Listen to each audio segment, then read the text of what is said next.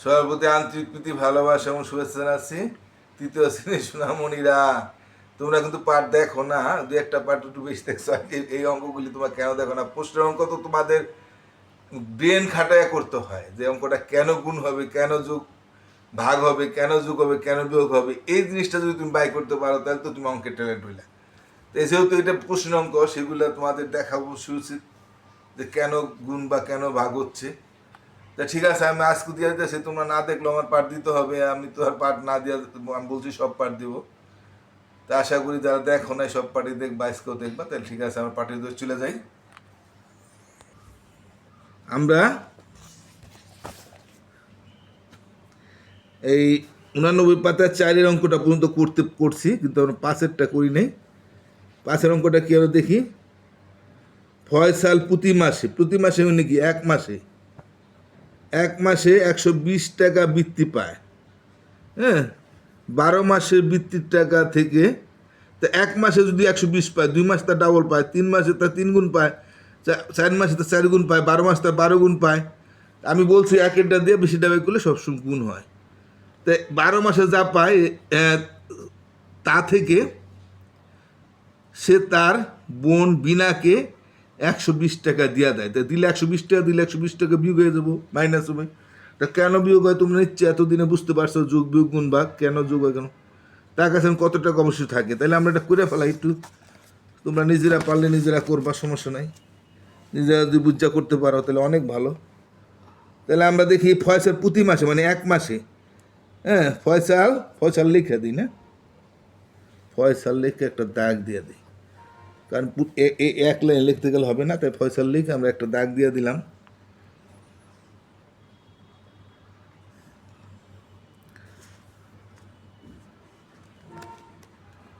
ফয়সাল এক মাসে কত টাকা বৃত্তি পায়? এক মাসে মানে প্রতি মানে এক মাসে বৃত্তি পাইল 120 টাকা। সুতরাং 12 মাসে সে 12 গুণ পায়। যদি কত 4 মাসে কত পায় পায় তার থেকে দেয়, তাহলে 4 দা গুণ হইতো। তো 12 মাসে বলছে 12 দিয়ে গুণ হবে। তো 120-এ 12-রে আমরা 12 দা গুণ করে একটা শূন্য দিয়া দিলেই হয়, অথবা আমরা পুরোটাই গুণ দিই, যেহেতু এটা সহজ গুণ আমরা দিয়া দেয়। 2 শূন্য 0, 2 4, 2 অক্ষে 2, 0 1 0 0, 2 অক্ষে 2, 1 অক্ষে 1। হ্যাঁ, 0 4, 2 1 3, এই যে 1340 টাকা পায়। তার থেকে তার বোনকে কত দিছে? বোনকে দিয়ে দিছিল 120 টাকা। তার বোনকে দেয়, এটা লিখে দাও তাহলে বুঝতে সুবিধা হয়। তার বোনকে দেয় 120 টাকা, বা এর থেকে লিখতে পারো, এর থেকে বোঝার জন্য। আর এর থেকে না লিখলেও চলবো। তাহলে তার রইল, এখন তার মানে ওই যে ফয়সালের, হ্যাঁ। তো 1340-এর থেকে আমরা এই 120 টাকা মাইনাস করে দিই, তাইলে হয়ে গেল। তো এমনি বিয়োগ কিন্তু আমরা পারি, তাই না? একক বিয়োগ, 0 0 বিয়োগ করলে শূন্যই থাকে। একক বিয়োগ আমরা এককের থেকে লিখে আনবো, মানে ডাইন দাঁড় থেকে লিখে আসবো। দশকের এখানে আছে 2, এখানে আছে 4, 2 আছে 4 হইব 2 লে। এখানে শতক আছে 1, এখানে আছে 3, 1 আছে 3 হইব 2 লে আর 1। তো 1220 টাকা রয়ে গেল। হ্যাঁ, কত রইল? 1220 টাকা। উত্তর 1220 টাকা। ঠিক আছে, তাহলে আমরা একটা দেখি। একটি ঝুড়িতে 74টি লিচু আছে। এক ঝুড়িতে কতটা লিচু আছে? 74 লিচু আছে। অন্য একটি ঝুড়িতে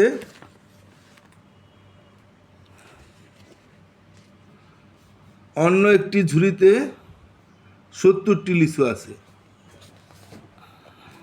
দুইটি ঝুড়ি লিচু একত্র করে 8 জনের মধ্যে সমানভাবে ভাগ করলে দেওয়া হলো। 8 জন ভাগ করে প্রত্যেক কয়টি লিচু বলে দিছে যে 8 জনে ভাগ করে দিচ্ছে। তাহলে আমরা একটা ঝুড়িতে 74টা আর অন্য 70টা, দুইটা একত্র মানে কি? দুইটা একত্র করা মানে যোগ। আমি সব একত্র মানে তো যোগ, তাই না? এটা সোজাই, ওখান থেকে 74টা, এখানে 70টা, তো দুটা মিলা কয়টা হয়?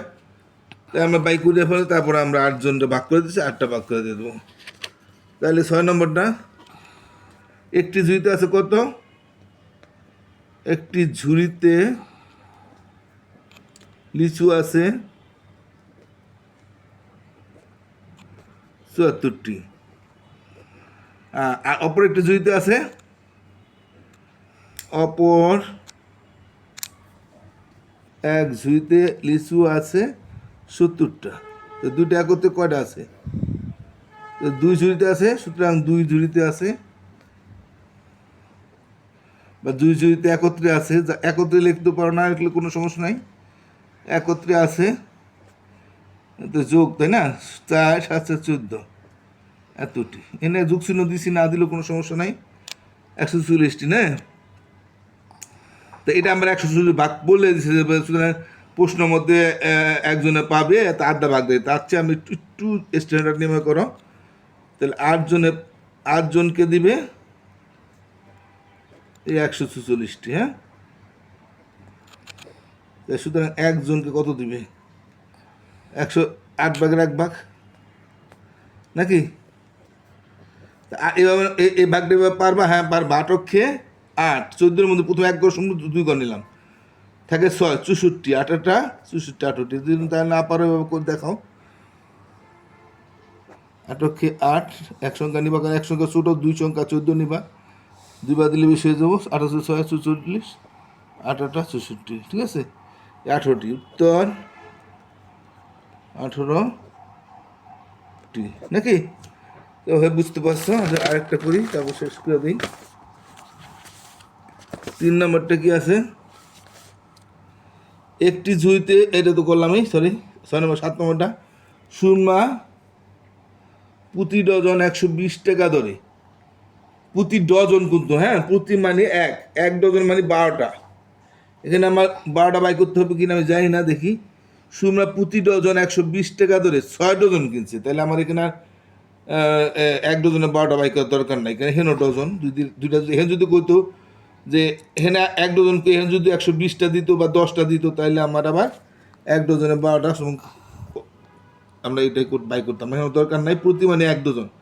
1 ডজন আছে, 1 ডজন 120 টাকা ধরে 6 ডজন কিনছে। তো 1 ডজন কিনছে 120 টাকা, 6 ডজনকে 6 গুণ। 6 ডজন ডিম বিক্রি করে এবং তার থেকে 95 টাকা খরচ করে সে বাকি টাকা সে ব্যাংকে জমা রাখে। সে কত টাকা ব্যাংকে জমা রাখে? একদম সুদা। তো সুরমা প্রতি ডজন মানে কি? 1 ডজন। আমরা এখানে লিখি সুরমা লিখে দিই, সুরমা লিখে একটা ডাক দিয়ে দিই, প্রতি মানে 1 ডজন। ডর উপর মাত্র হইব, কারণ ডর উপর মাত্র না দিলে 6 হয়ে যায়। 1 ডজন বিক্রি করলো 120 টাকা। 1 ডজন ডিম বিক্রি করলো লিখতে পারো, ডিম লিখতে পারো, না লিখলে কোনো সমস্যা নাই। 6 ডজন ডিম বিক্রি করলো, 6 দা 120, 6 দা পূরণ, 6 0 0, 6 দাম বাদ তুলে 720 টাকা বেচছে, তাই না? তো তার থেকে 95 টাকা খরচ করছে। খরচ করলো 95 টাকা। হ্যাঁ, সুতরাং এখন তার রইল, সুতরাং জানো 2টা পুরো সুদা দিয়া আর একটা ঠিক মাঝখানে দিবা। সুতরাং এখন এই যে, সুতরাং আবার তো দেখা দিই, এই সুতরাং আসলে ঠিক মাঝখানে আমি একটা দিচ্ছি। সুতরাং কারে করে, অতএব কারে কয়, হ্যাঁ, ছোটো কারে কয়, বড় কারে কয়। একটা শর্ট ভিডিও চাচ্ছি, তোমরা শর্ট ভিডিওটা দেখে নিলে খুব ভালো হবে। এখন রইল 720-এর থেকে 95 টাকা বিয়োগ দিয়ে দিই, বাকি টাকা থাকবে। তো 5 আছে 10, 5 হইলে হাতে হইল 1, 9 10, 10-এর সঙ্গে 2 আছে 2, 10 আছে 12 2 হইলে হাতে হইল 1, 17 করে হাতের 1 ধরবো, 7 আর 7 6 6 হইলে। আশা করি এইভাবে বিয়োগ তোমরা পারো, কারণ আমি এইভাবে বিয়োগ শিখাই দিছি। উত্তর 625 টাকা। আর না পারলে কী করতে হবে? বিয়োগটা 720-এর লগে ডাইন ধারে 95 লেখা, এরপর তোমরা বিয়োগ করবা, ঠিক আছে? তা আজকের মধ্যে এখানে শেষ করে দিই। আশা করি তোমরা প্রত্যেকটা পার্ট দেখবা, আগের পার্টি যা দেখো না দেখে নিও, এই পার্টটা দেখে নিও। তো সবাই আজকের মতো ভালো থাকো, হ্যাঁ। সাবস্ক্রাইব যদি না করে থাকো অবশ্যই সাবস্ক্রাইবটা করবা দয়া করে। আজকের মতো এখানে টাটা।